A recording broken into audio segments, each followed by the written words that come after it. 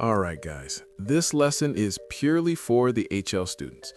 Now, it's been a while since our last HL only lesson, but if you remember, we learned earlier in Unit 2.4 that our standard economic principles work on the assumption that all firms and all consumers have perfect information regarding products, prices, resources, and methods of production.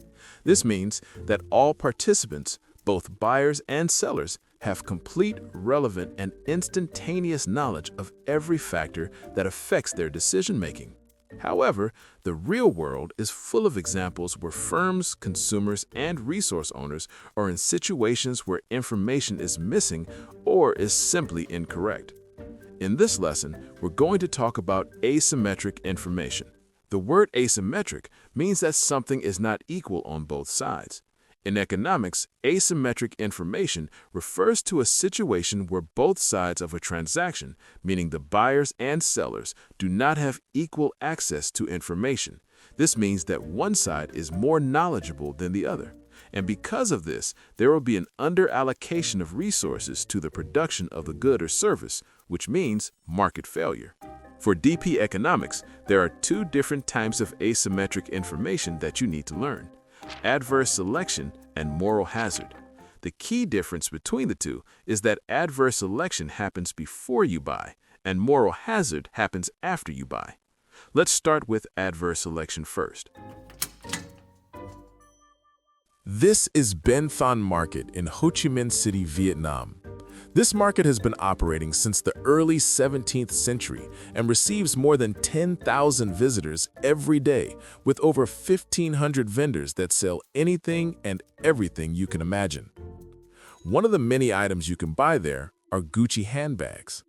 Some people think that these handbags are fake because Gucci stores usually look like this, and the handbags in the real stores are much more expensive.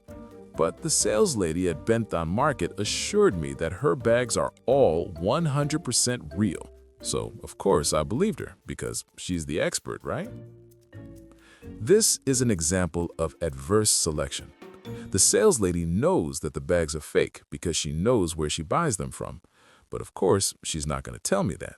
She's trying to make money, so she's going to tell me what I want to hear. On the other side, I don't know anything about Gucci handbags, so I can't tell the difference between a real one and a fake one. So then there is asymmetric information because the seller has access to information that I, as the buyer, do not. Now you might be thinking, well, who's stupid enough to believe those are real Gucci handbags? But adverse selection is more common than you might think. In 2024, Typhoon Gaimi slammed directly into Taiwan, causing major destruction to the island nation. The southern city of Kaohsiung experienced the worst flooding it had seen in decades. In Taiwanese cities, most parking is in underground parking garages. And where do you think all the rain that falls on the ground is going to go?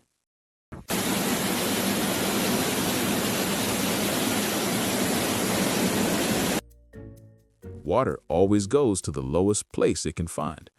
There were cars parked in those garages that sat underwater for days. 12 hours ago, this road in the center of town was flooded up to the knees. The water has since receded, but it's still around. An army truck is helping to pump out water from a car park belonging to this residential building. There are still 300 cars and 50 motorbikes stuck underground. Cars are designed to go underwater, and when they do, the damage is so bad that the cost for repairs are usually more expensive than the value of the car itself. Or you can fix it up just enough to make it run and look nice, and then try to sell it to another person. Of course, you wouldn't tell the buyer that it's been underwater. Most people don't know much about cars, and even if they got a mechanic to look at it, they would need to open up the whole engine and inspect for water damage. That wouldn't be easy. Again, this is adverse selection, because the seller has access to information that the buyer doesn't. It is especially common for high-tech or complicated products that the average person just doesn't know much about. Okay, but why is this considered market failure? Well, Even though the consumer may not have all the information, they are usually at least aware that they don't have all the information, so they're not completely stupid. Most people know that the handbags at Ben Thanh Market are fake, and most residents of Taiwan know that a lot of used cars have water damage due to the floods. But because the consumers are aware of this, they may choose not to buy. So now, imagine a guy in Taiwan trying to sell his car. His car had minor damage, but he spent money to get it fixed, and there's nothing wrong with the car. But now he's having trouble finding a buyer because no one believes him. This now means there is a lower demand for these products, which means less resources will go towards their production. This is an under-allocation of resources, which means market failure. And it can also go the other way. What if the consumer doesn't know they don't have all the information? A good example of this is smoking. People have been smoking tobacco for at least 12,000 years, but it wasn't until the 1960s that people started learning about the dangers of smoking, and only then did you start to see bans on smoking. That means before that time, you could smoke anywhere and anytime you wanted. In the 1930s and 40s, it was very common to go to the hospital and both the doctors and nurses would be smoking inside the hospital. Sounds crazy, right? But it was because people didn't know yet about the harmful effects of smoking. Again, that's asymmetric information. But this time, we have an overallocation of resources going towards the production of a good that is bad for society. In other words, society will be better off with a lower quantity produced. And when the market isn't doing what's best for society, that's market failure.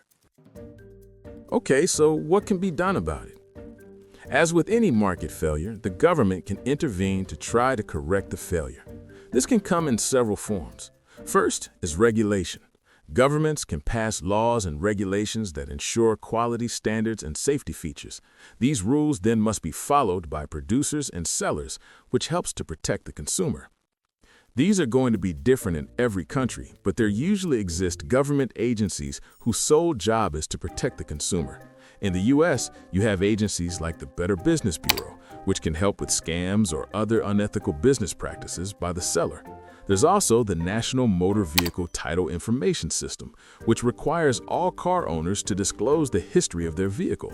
So, if the car has been in an accident or undergone any significant damage, that becomes public information that anyone can access. And then there's agencies like the FDA, the Food and Drug Administration, U.S. Department of Agriculture, and quite a few others. They are responsible for checking the safety of all food, drinks, and medicine sold in the U.S. This is a much more important job than most people realize.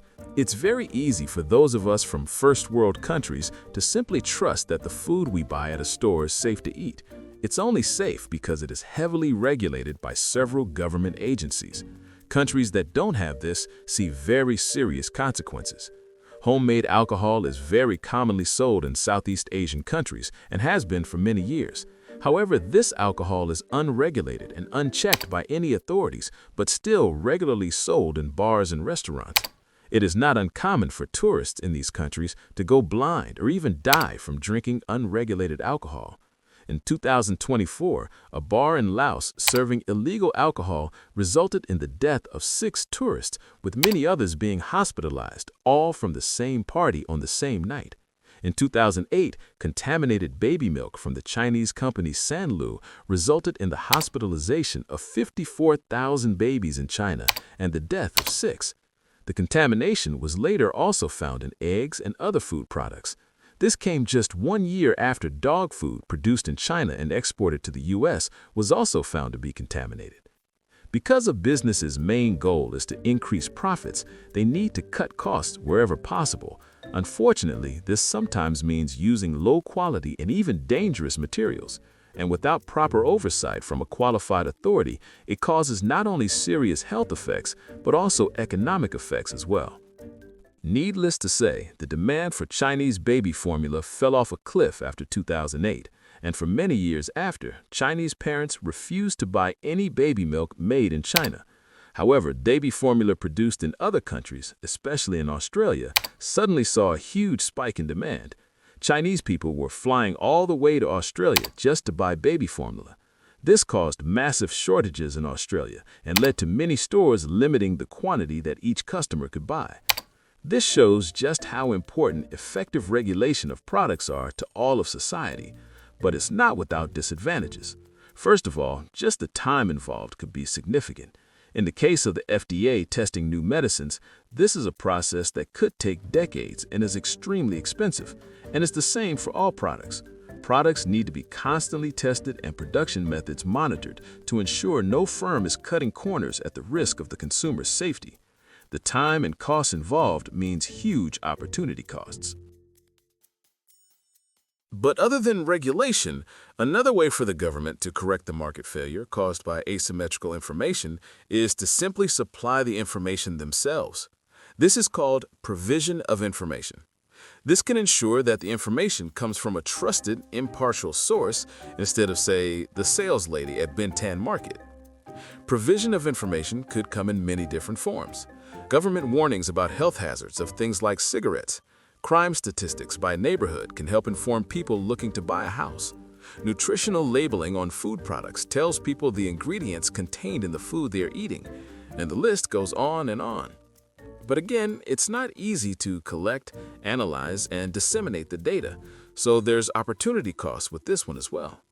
Another problem is that it is not always possible to eliminate asymmetrical information between sellers and buyers. This is usually the case when very technical goods and services are involved. For example, let's say your doctor says you need surgery. Of course, you don't have the training or expertise to know whether you actually need the surgery or not, so you either need to trust your doctor or go to a different doctor for a second opinion. It's a difficult situation because there is asymmetrical information and you know that the doctor will make a lot of money if you choose to have the surgery. This is called supplier-induced demand, meaning that the supplier has artificially created demand by recommending a good or service that the customer otherwise would not have demanded if they had access to perfect information. This is a common practice with professions like doctors, lawyers, plumbers, and electricians. And since each case is going to be specific for each individual customer, it's hard for the government to give information for each individual case because you might actually need that surgery after all, depending on your specific situation. To counteract this, the government utilizes another type of response, licensure. If you notice, the professions I mentioned that often practice supplier-induced demand also require a license, granted by a government agency. Now, this, of course, doesn't mean that the supplier-induced demand will stop, but at least you are getting advice from a person that has proven that they have at least an appropriate level of knowledge and expertise. Again, you can imagine a society where this wasn't required, and then you would have no idea what kind of previous training the surgeon had. That's pretty scary, especially if someone is about to cut you open. For the most part, licensure only offers advantages for society, but there are some economists that believe the licensure process might prohibit and discourage people from joining that profession due to the costs and time involved. This would then cause a lower supply of workers, which then increases the price they charge. And if you ever have to pay a plumber to come fix your toilet, you will understand this very well when you see what they charge you. That's all for the government responses, but there are also private responses that can be done to help even out the asymmetry of information. First is screening. This is done by the party with limited information. In this case, that would be the buyer. This can be done in all the same ways that you get your information, which includes various forms of research. You could look up information about the product online, read the reviews on the product, read any studies that have been done, ask people more knowledgeable than you, and so on. But while this definitely helps close the gap of the access to information between buyers and sellers, it usually still doesn't result in gaining perfect information, so some information gap will always exist and will almost always be in favor of the seller. The next private response is signaling. This comes from the party that has more information, which in this case is the seller. In simple terms, the seller just wants to signal to you that they are a good guy and you should trust them. Now, they can do this in a number of ways. They could try to befriend you to make them trust you more, but more effective is to have some proof that signals reliability. This could be a warranty or guarantee for a new product. This could be a certificate stating that a product is what the salesman says it is. This is particularly common when buying things like diamonds, gold, or collector's items. And remember that license that we talked about early? That also signals to you that your doctor knows what he's doing. But of course, just because your doctor has that license doesn't mean that he won't try to suggest unnecessary procedures to get more money from you. So signaling only helps the buyer to make the decision, but it doesn't always result in both the buyer and seller having equal information. Up until now, we've only talked about asymmetrical information, where the seller has more information than the buyer. This is usually the case since the seller usually has more knowledge on the product they are producing and selling than the buyer is. But that's not always the case. Although unusual, it is possible for the buyer to have more knowledge than the seller. This is most easily seen when people find old junk in their grandparents' house, which they then try to sell just to get rid of. But oftentimes, they don't know the true value of things they're selling.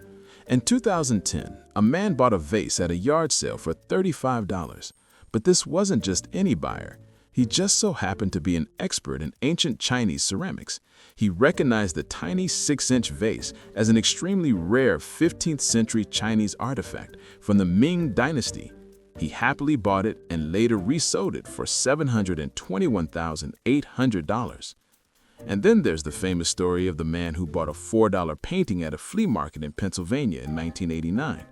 However, hidden inside the frame of the painting was an original copy of the Declaration of Independence. The man later sold that copy for $2.2 million. Talk about return on investment. But these cases are pretty rare. A much more common case where the buyer has more information is health insurance customers. Before purchasing health insurance, the customer needs to disclose past medical history, but their medical history will determine how much they pay per month. The more health problems they've had in the past, the more expensive their monthly premiums will be. So people tend to not fully or accurately report their medical history. This results in a situation where the buyer has full and accurate information, but the seller does not. This then has adverse market effects. Because the health insurance companies know that this is what people do, they will limit their supply to protect themselves from high-risk individuals or simply make all insurance policies more expensive to help cover extra costs. This results in a lower quantity supplied and a high price for the consumers. And so for a situation where the buyer knows more than the seller, we also have government and private responses to help correct it. And because this only commonly happens with health insurance, the government may decide to offer healthcare services themselves or socialize it to help either all citizens or a select population of citizens that are determined to be at risk. But of course, due to the high costs of healthcare, this is going to be a huge financial burden and incurs serious opportunity costs for the government and society. As for private responses, the health insurance company may offer a range of policies. So, for example, for people that don't expect to get sick often, they can choose a policy that has a low monthly expense, which benefits them. But then this is offset by a higher payment if and when they actually need to see the doctor. And then an at-risk person can choose a policy that involves a higher monthly fee but a low payment when seeing the doctor. This helps even out the risks for the supplier and the prices paid by the consumer. And this is actually a form of screening, which, remember, is done by the party with limited information, in this case, the seller of the health insurance. So even though people may lie about their medical history, the at-risk customers will naturally select the insurance policy with the lower-priced doctor visit, since they know they will need to see the doctor a lot. This helps give the insurance companies more accurate information. But you might notice a bit of a problem there. Low-income earners are naturally going to choose the cheapest per-month policy, regardless of the state of their health. This then discriminates against those on low incomes. Another group that gets discriminated against by health insurance companies are the elderly, since they are considered too much of a risk. Many insurance companies flat out refuse to cover people past a certain age, even when that's exactly the time in their life where they need it the most. This is why government intervention is needed to make sure all citizens have access to affordable health care. All right, guys, almost done, I promise. That's all for adverse selection. Now we need to talk about moral hazard. This one will be much quicker. Remember, adverse selection happens before you buy. Before you buy something, you need to think and make a choice, aka a selection, so you can remember it that way. Moral hazard, on the other hand, comes after you buy the product or service, and again occurs because there is a gap in access to information between the buyer and seller. Here's an example. Thanks to all the hard work your economics teacher, Mr. Kevin, has done making these video lessons, he will soon start making tens of dollars every month from YouTube ad revenue. After many years, if he saves all of this extra income, he will eventually be able to buy a shiny new car. And being the incredibly nice guy that he is, of course, he'll let all his students drive his new car. So let's say you are in the driver's seat getting ready to drive Mr. Kevin's new car while he sits in the passenger seat. Now let's imagine two scenarios. In the first scenario, before you start driving, Mr. Kevin tells you how expensive this car was, and so you need to be careful because if you damage it, you need to pay for it. In the second scenario, before you start driving, Mr. Kevin says, "Hey, no need to be nervous. I have really good insurance on this car. If anything happens, the insurance company will pay for the damages." Now, in which scenario would you drive the car faster? For most of you, it's probably the second scenario. But why? It's because your behavior changes because of the information that you have. You understand that your risk is much lower with the insurance, so now you would drive more recklessly as a result. But this is information that the insurance company doesn't know. So once again, we have asymmetrical information, but this time it's moral hazard. Moral hazard refers to a situation where one party takes risks but does not face the full costs of the risks, because the true full costs are passed to the other party. Because of this, the first party usually changes their behavior to take on more risks, while the second party is unaware of these changes. So then we have asymmetrical information. This isn't as common form of asymmetrical information compared to adverse selection, but it is widely experienced in the insurance industry. For example, if you didn't have health insurance, you might be very careful not to hurt yourself. But then, after buying health insurance, you might decide to go bungee jumping, downhill skiing, or even bull riding. When you participate in these activities, you are still taking risks yourself, but because the insurance company is going to pay most of the hospital bills should something bad happen, they take on additional risk but are completely unaware since they don't know what you are doing in your free time. If your car has theft insurance, you might be less careful about where you park your car. Or if you have unemployment insurance, you might be more likely to tell your boss how you really feel. The insurance allows the consumer to engage in more risky behavior that they would not have otherwise. It can be said that the 2008 global financial crisis was a case of moral hazard. At the time, banks were giving loans to people with no jobs and no income who obviously had no way of paying back the loan. But the banks didn't care because they were also buying things called credit default swaps, which means they also made money from the insurance companies when the people couldn't pay their loans. It's all too complicated for this video, but if you're interested, there's a good movie about it called The Big Short. Check it out if you get a chance. But another reason the banks made these risky loans is because they believed they were too big to fail, meaning that it would be so devastating for the U.S. economy if they went bankrupt, the government would do whatever they could to save them. As it turned out, they were correct, and the government spent $700 billion to bail out the banks in order to avoid complete economic collapse. This is also moral hazard, although not technically insurance in the traditional sense. Knowing that someone will save you if you get in trouble is a form of insurance. So, what market effects does moral hazard cause? Well, since there's no way for the insurance company to track the changes in behavior of all their customers, in order to protect themselves from the higher costs, they simply raise the price of their services.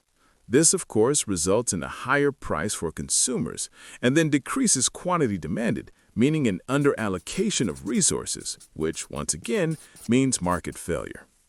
So now let's discuss the responses used to correct the failure caused by moral hazard.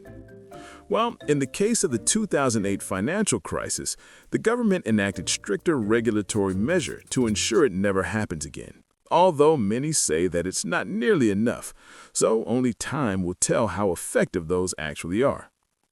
Other than that, there's not much the government can do to prevent the change in behaviors from individual people who purchase insurance. So then it's up to the private responses by the insurance company themselves. And they do this by having the out-of-pocket expenses paid for each doctor visit, which is known as a deductible. This at least passes some of the cost on to the consumer, which makes them think twice before engaging in risky behavior. In this way, it's also a form of screening. The downsides are the same as we mentioned before with adverse selection. The deductibles are not a good form of screening since they discriminate against low-income earners. It assumes that low-income earners are less likely to engage in risky behavior, and high-income earners are more likely to engage in risk behavior. But of course, we all know that isn't necessarily true, and instead based on flawed logic. So to wrap it all up, adverse selection and moral hazard are fundamental market failures arising from asymmetric information. Solving them requires a mix of government regulation and private responses through signaling and screening. Remember, the key to your evaluation is discussing the trade-offs of each response, so make sure you know the pros and cons. And that's going to do it for today. Here are the learning objectives. Make sure you know each one, and I'll see you on the next video. Thanks.